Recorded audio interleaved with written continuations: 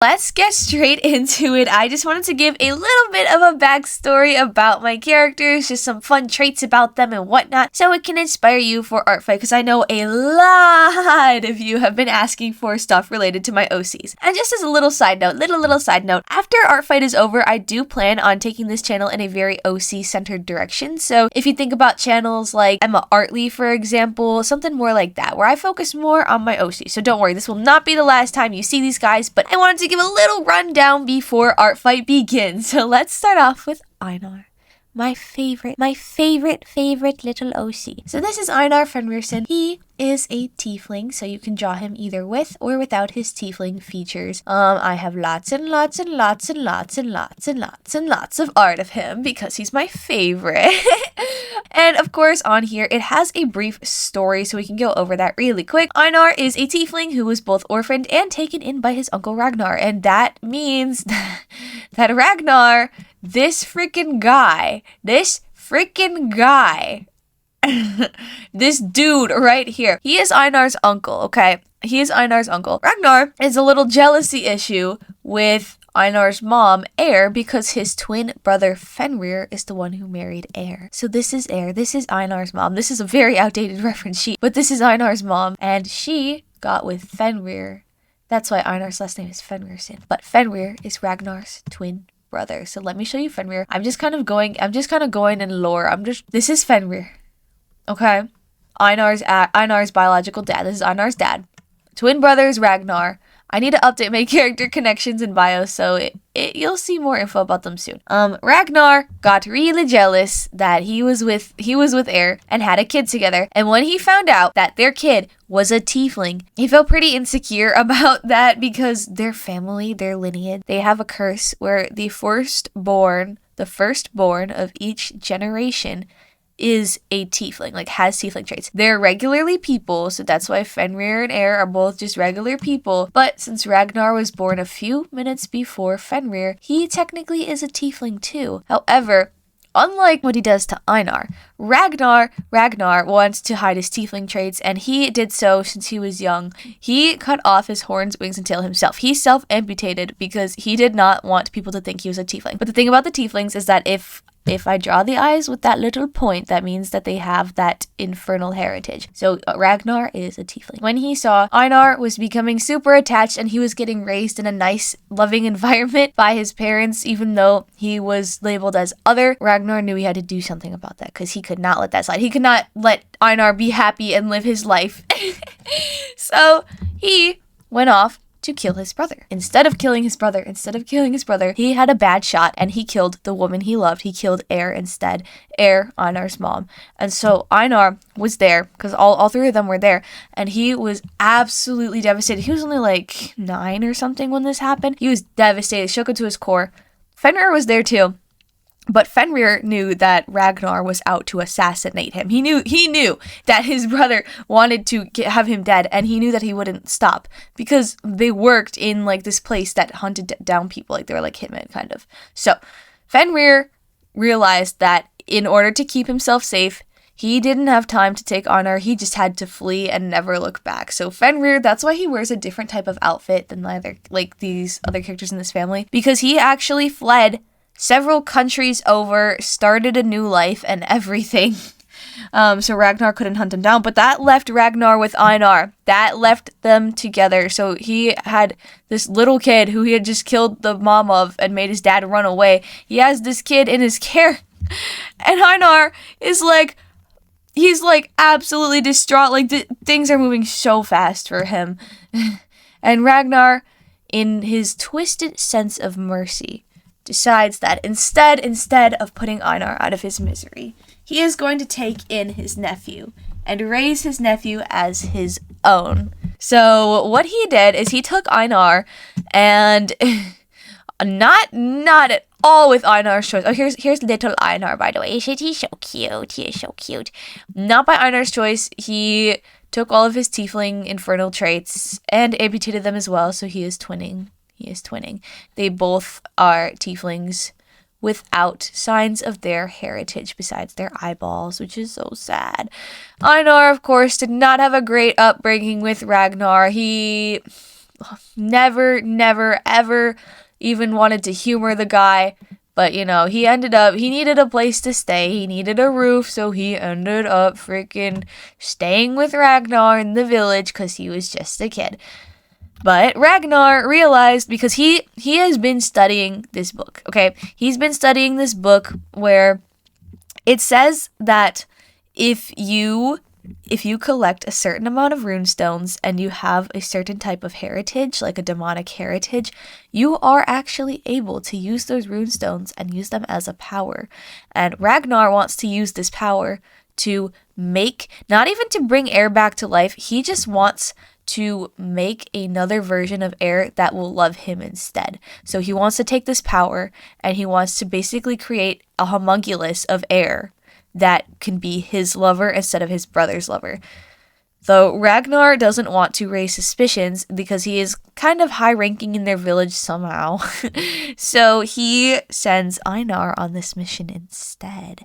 And he tells Einar and Citron, the girl that goes with Einar, because he does not trust his nephew to do this alone. He tells Einar that he tells Einar and Citron that this mission is actually about him reclaiming these stones so that they can save their village from an impending frost that is going to leave them without food for the winter. He says that if he gets the stones, they'll be able to get a bountiful harvest and everyone will be fine and the village won't fall. So he kind of uses it as like oh look, you're being so selfless, and look Einar, you get to go out into the world and you can go find your dad while you're waiting. Wouldn't that be so fun? Obviously Einar takes it. He gotta get out of there. He hates being with Ragnar. He would take any chance he was given to get away from Ragnar. So he takes it. Citron takes it because she does have the village in her heart. She is related to the chief of the village and she does not want people to starve. So her and Einar work together, although they do not get along at freaking all. But before we get into that, let's talk about Pepper, Einar's horse. So Einar, when he was living with Ragnar, he needed some sort of companion. He needed some sort of cope. And the one thing that when he was a kid, he always did with his mom, it was horseback riding. They knew how to ride horses. He learned that super young. Okay, and then the story of Pepper is that Pepper was a quiet horse that was never sold or adopted from her farm because one of her ears was missing. She ended up getting left out in a snowstorm and she became lost in the forest as just a foal. When the storm passed, a strange and equally outcasted boy found her and they became inseparable ever since. She likes yellow carrots, saunas, and summer, and she dislikes being cold, travel by boat, and being woken up by Einar. So that is what we got there. And then back to Einar. I'll read his little likes and dislikes. He likes horses, animals, food with meat or fish, traveling and exploring forests. He dislikes loud noises, plant-based food, and talking to strangers. So basically, the rule with tieflings that I have in my world is that they are technically carnivorous.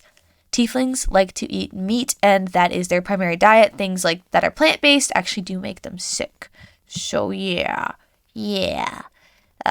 Ragnar likes to make Einar eat his fruits and vegetables.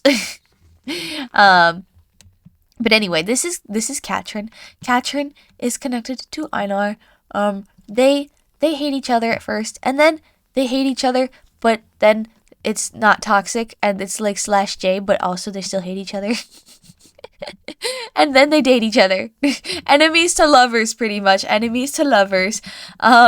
Citron is the other main character of Vana, which is a work in progress webtoon that I have going on. But Citron also grew up in the same village as Einar, and she was the chief's daughter. She watched her family get to sail. She saw her mom and her dad sailing, and she knew that she wanted that life. She yearned for the sea, even though they were in a landlocked part of the country. So she would always try and travel to the shore. She would escape with her reindeer Agnes sometimes, and they would just go watch the boats. And she always yearned to be a sailor or like some kind of Viking pirate, whatever. She did not want to stand living in this village, so she ended up taking up a job as a fisher in the lake that she's in, which is funny because that is her last name, Fisker. But But there's like a lake in their village, and they always had a good population of salmon there. So Citron ended up becoming a salmon fisher, and she works with Einar because Einar unfortunately got employed too because Ragnar couldn't stand him being a chud in the house all the time. So they work together. Citron is super diligent about it. She puts her whole soul into it. She loves Faye.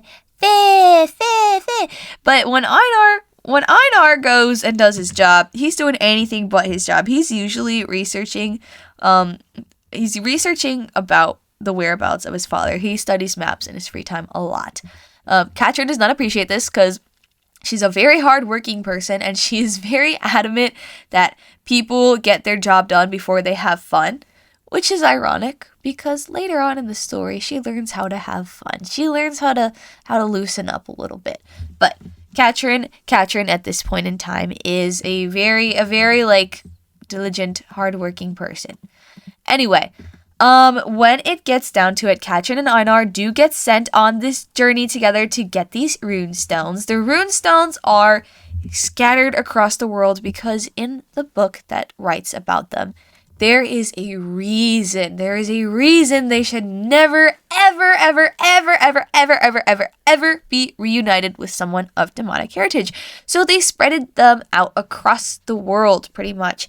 And the only thing that is leading them is this weird guide that used to work with Ragnar and seems to like to toy with them a lot. So their weird guide is named Marty.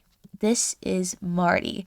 Marty is pretty much the physical embodiment of a nightmare.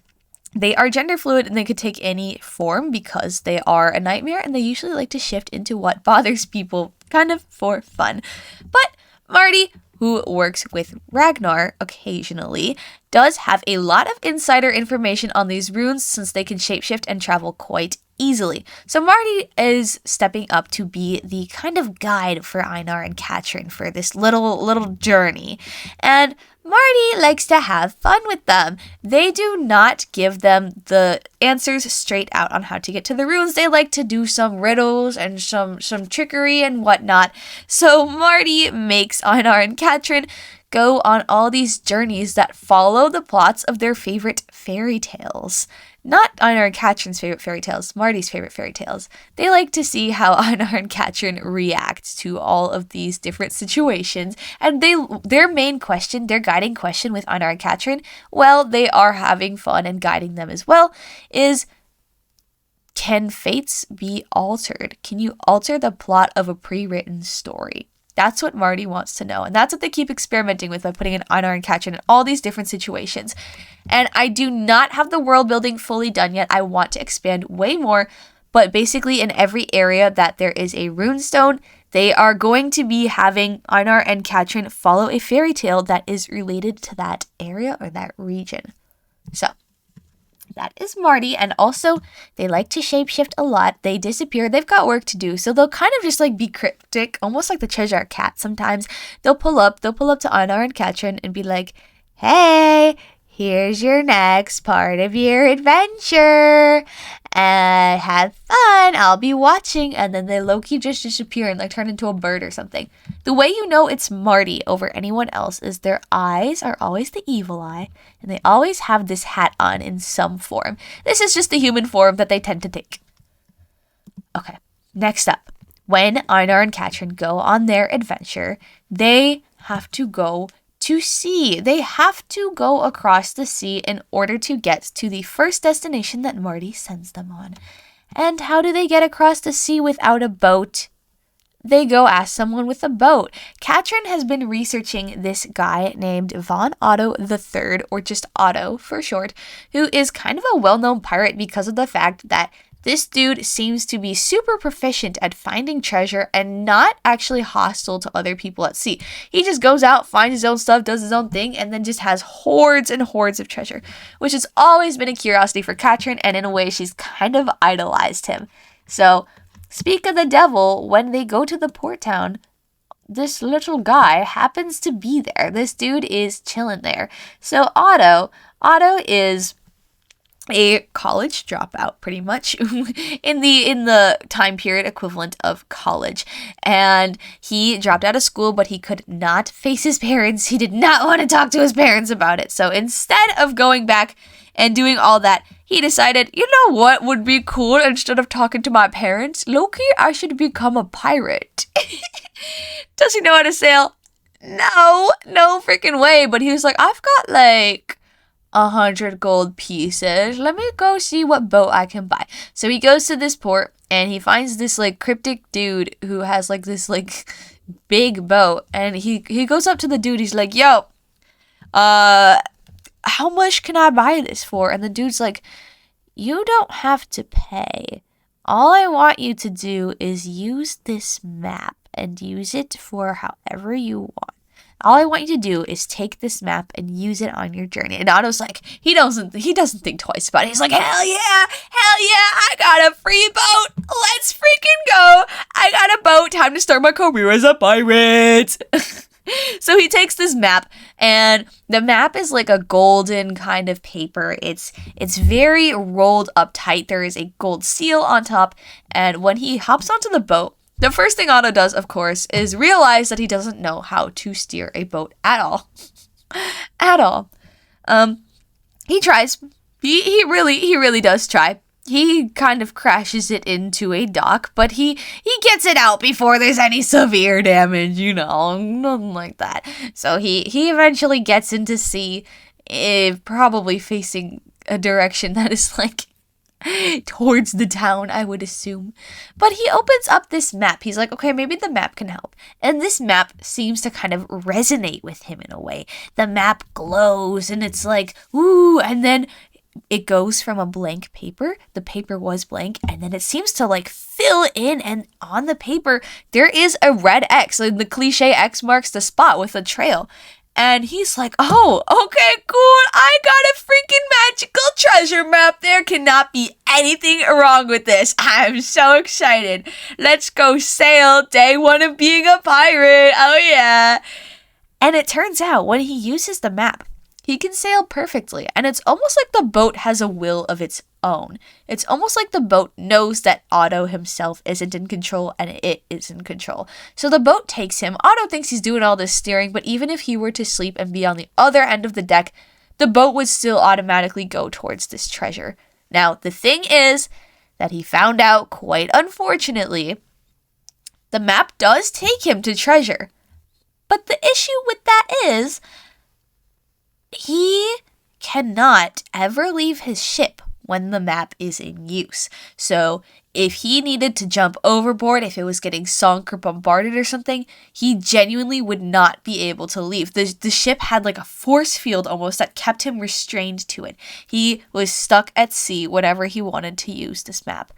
But with a grandiose vision of being able to get all this treasure and maybe pay off some debts and act all successful so he could go report back to his parents, he decided that it was totally worth it and would just take the map and head out. And you know what? For a long time, it really did work.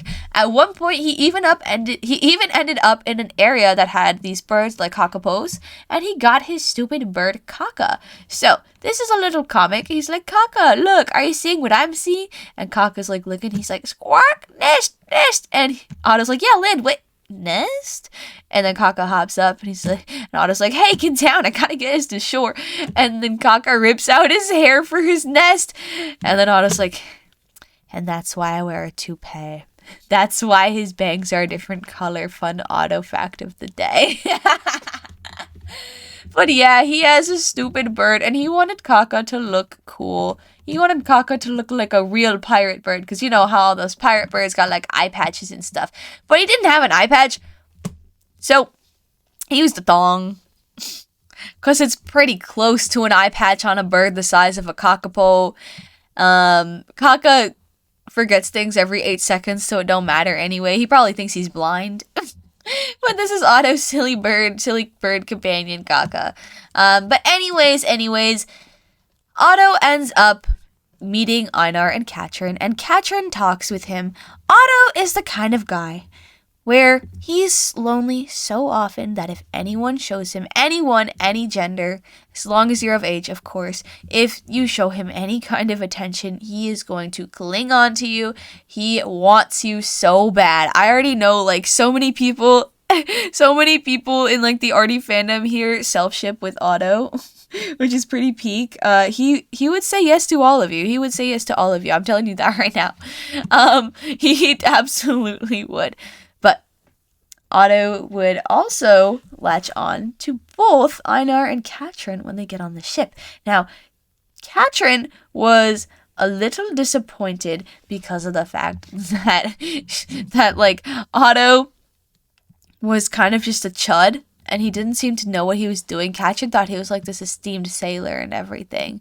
No, not really. And so she's like, I'll give him another chance, whatever. Maybe he's just like that. And when Einar comes aboard the ship too, he hates Otto immediately. He does not like how outgoing he is and how clingy he is. Einar wants nothing but distance and to be ignored, pretty much.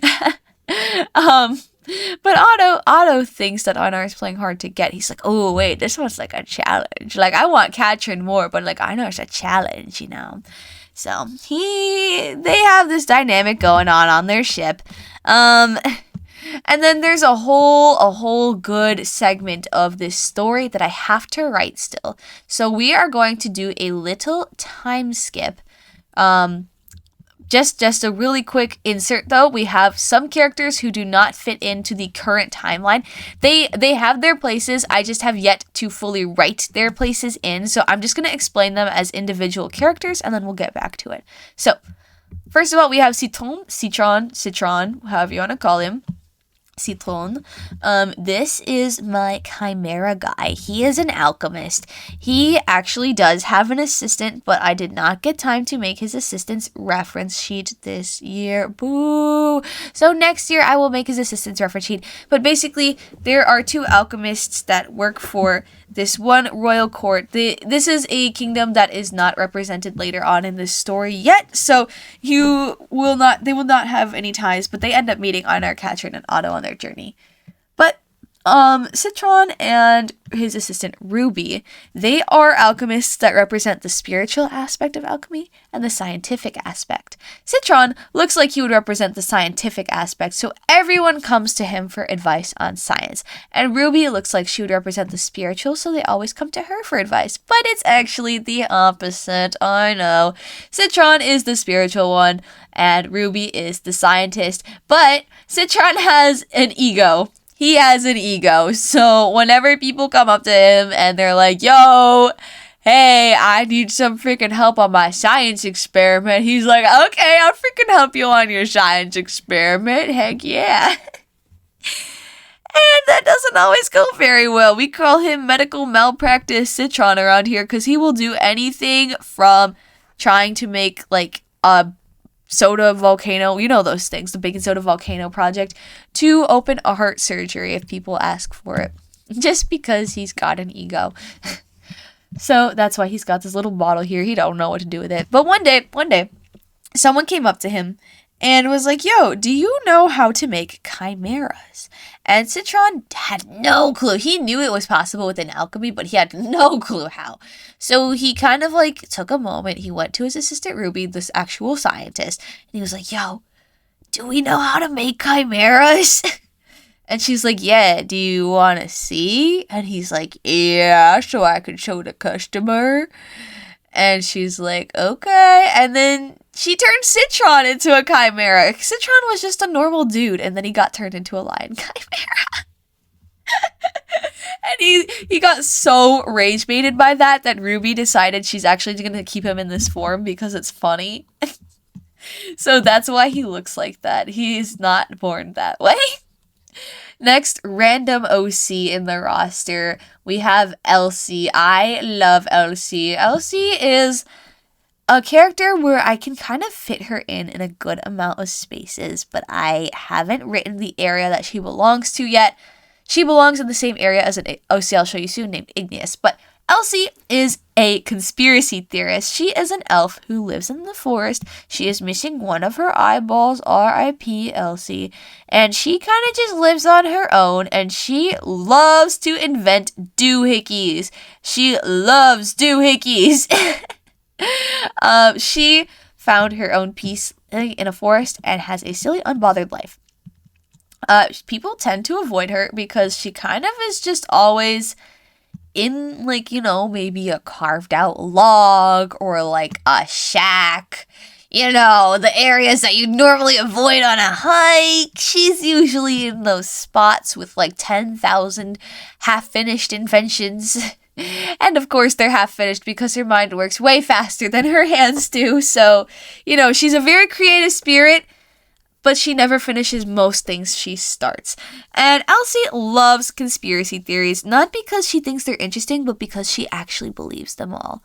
And the catch with Elsie, and why I love her so much, is her conspiracy theories always are right. They're almost like premonitions, as if she has some sort of trait for being able to have like premonitions or like visions, but people always tack it off as being crazy because of the rest of her personality. So even though they all come true, no one ever believes her, and I don't think anyone ever will. They're just like, you're crazy. You live in a freaking tin can, bro. No way I'm gonna get hit by lightning in 4 days because the pH of the soil was too high. And then what happens 4 days later? They get hit by lightning. And Elsie's like, my theories were correct. I knew it. I have to keep inventing. I have to keep wearing tinfoil hats. So her hat up here, it's like a little frog hat. It's actually covered in tinfoil. And the eyeballs she engineered so that she can't actually see through them, but she thinks she can. She uses it as a replacement for this eye, but they give her like a footage. It's almost like a camera, but she can't fully see through it like when she's walking. But you know, that is Elsie. I love Elsie. We have Lancette. Wait, I'll show you Iggy first because she's from the same area. So Iggy and Elsie live in the same forest. Iggy is a fawn character. She is definitely a lot younger than my main cast, although I have to redo her reference sheet because I don't think I drew that very accurately, because at the time when I first made her, I don't think I made her that young, and I decided that I wanted to make her younger. So I gotta fix her up a little bit, but she is going to be 12. She's going to be 12. She lives in the forest, and and her full name is Igneous, and she is wandering around with her little, like, deer coven, and she is trying to find herself because her two brothers who she trusted, sedimentary and metamorphic, Sed and Amor, passed away. She wants to take their death, and she wants to, like, understand the difference between death and life in nature. She wants to get better at helping out plants and little animals that have gone through loss as well. But the issue is Igneous has a curse. The person who killed her brothers and cursed her right here, this blue evil fairy right here, that fairy decided to play a cruel practical joke on Igneous, leave her alive but give her a touch of death, meaning that any plant or small creature she touches dies immediately. So Igneous has to keep plants in a glass jar in order for them to be protected. All she wants to do is plant and give life, but whenever she touches and tries to give life, she ends up giving death.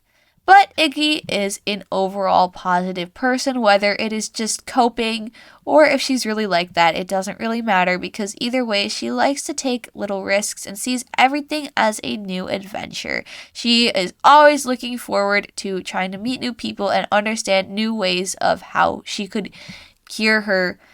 how she can help the world around her become a better place.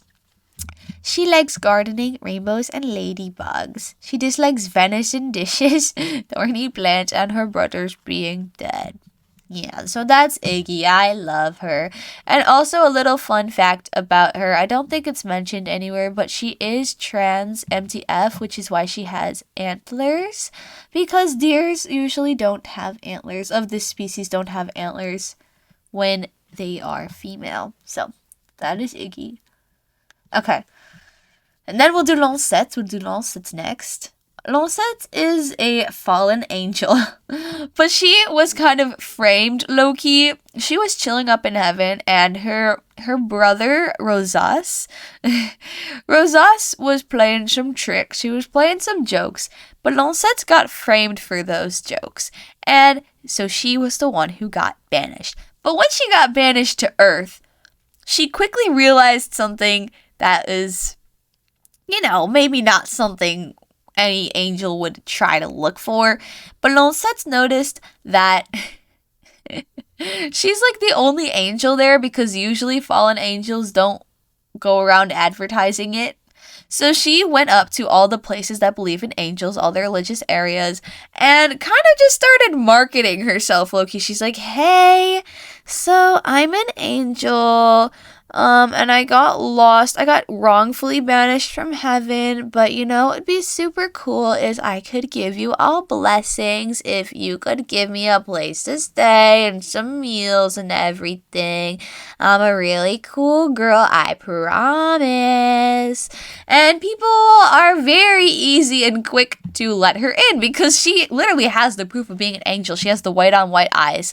And fun fact about those eyes, just from a design aspect, when I draw them and I mix the primary colors together to make white. If you look really close, I mix the primary colors to make white. So it's like an angelic little touch. But Lancette, she also is a little bit of a player sometimes, because she realizes that Earth doesn't play by the same rules as heaven, and she can get away with a lot more. So she wants to experience the whole humanity thing while still having the benefits of being an angel. So sometimes she will get in relationships with people. She will play you just to see how it goes. You can totally ship yourself with Lancette, but it will be toxic. That's all I'm gonna say. But she's pretty charming. She can get her way most of the time. She likes attention, golden objects, and grand cathedrals, things that worship her lineage. She does not like sunny days. She likes gold, but not sunny days, because her brother, Rosas, he mocks her by clearing clouds just to go onto her, so she looks all false and heavenly. And so she does not like that. She doesn't like wishing wells, because she wishes that people would pray to angels who could actually help instead. And she doesn't like doctors and scientific/medicinal practices, because she believes in spiritual healing, not scientific healing. So that is Lancette. Her name is based off of the Lancette in Gothic architecture, and her brother's name, Rosas, is based off of Rosas. Okay. We are doing so good, you guys. Now it is down to my last three characters. So we're going to start with Christophe, or I just call him Crix most of the time. I need to fix his reference sheet up a little bit, but he is actually one of my original OCs. I've had him for such a long time. He is the Prince of Brassard, which is his last name. It's also a kingdom based off of France. He is a prince of that area, and he has some pretty good political pull, and there is a war going on between these two kingdoms, Brassard and Annesley. And it's a war more of economy than fighting, but it could very well escalate into fighting if it's not kept in check. So basically, Crix has to marry the princess from the kingdom that they are fighting with, from Annesley. And that princess is Rachel, or Ray. Crix loves Ray. They're in a really loving relationship. They do actually quite like each other. But during that relationship, he realizes that she kind of is drifting from him. And he can't figure out why at first, so he becomes more possessive, and he tries to keep her longer. And eventually, one day, it gets to a breaking point, and Ray cannot stand it any longer. She actually slaps him, and she's like, you are not in control of me. You are not in control of what I like, and I don't even know you anymore. You're just so different than when we first met. You are a different person. You are acting insane to me. You're acting like a lunatic. I would never, even for politics, marry you. And kind of leaves it at that. And Crix is pissed off. He is not happy about that. So he kind of complains to his family, who kind of get into this whole thing. And then honestly, the kingdom is in trouble. And so they realize that, dang it, they really gotta get the two to marry, even if they're rivals. So they get them back together, but this time it's not that same fairy tale relationship anymore. And it turns out Ray is hiding a secret from Crix. That secret being her girlfriend. Ooh, girlfriend. So this is Naomi. This is Ray's girlfriend. They have been together pretty much since her and Crix broke up. They love each other like nothing else. Naomi is a peasant. She comes from a very low standing class. Her family is kind of in shambles most of the time, and she is the only one who is actually able to work and get money from working. She does her best to support her family because she does have an older brother, but her older brother is such a freaking chud that he spends all his money on himself and his drinking addiction. So Naomi does her best to help out everywhere she can and pay for any expenses, any equipment, all of it. She takes up pretty much any job that she can get. She, in one point, I'll read this here.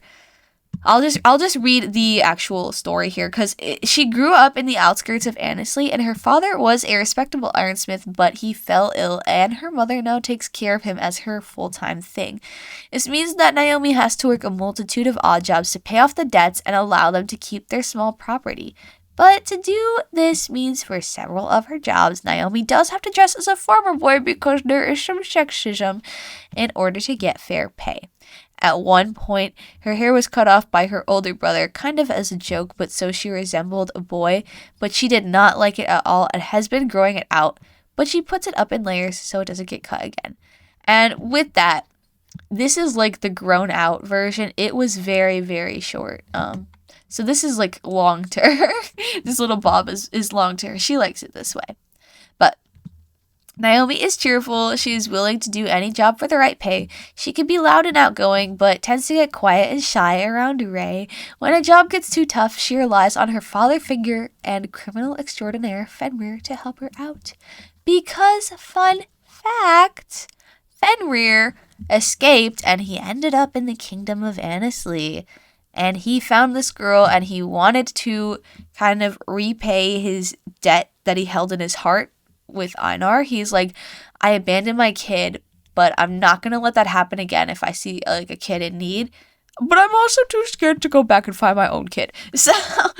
So he finds Naomi when Naomi is dressed up as a farmer boy, and he gets reminded of Einar, just like the way that they carry themselves and everything. So he takes Naomi in as kind of a second family away from the one with all the angst and drama. And Naomi clings to him. He eventually realizes that she is not a boy, but he don't gaff. He doesn't care. He's like, you know what? You're my kid. I love you now. And it's all sweet until eventually Einar finds them and crashes out. Ooh, he crashes out so bad. And I'm gonna leave it at there for this video. I can yap plenty more about my OCs, plenty more, but for now we're gonna keep it at that, just like a little teaser. And if any of this inspired you, please comment maybe your favorite OC or like your favorite lore or something. Let me know. And the next time we make a video, it's gonna be during art fight, so I will see you all on the battlefield. Goodbye, guys. Goodbye, good night, whatever.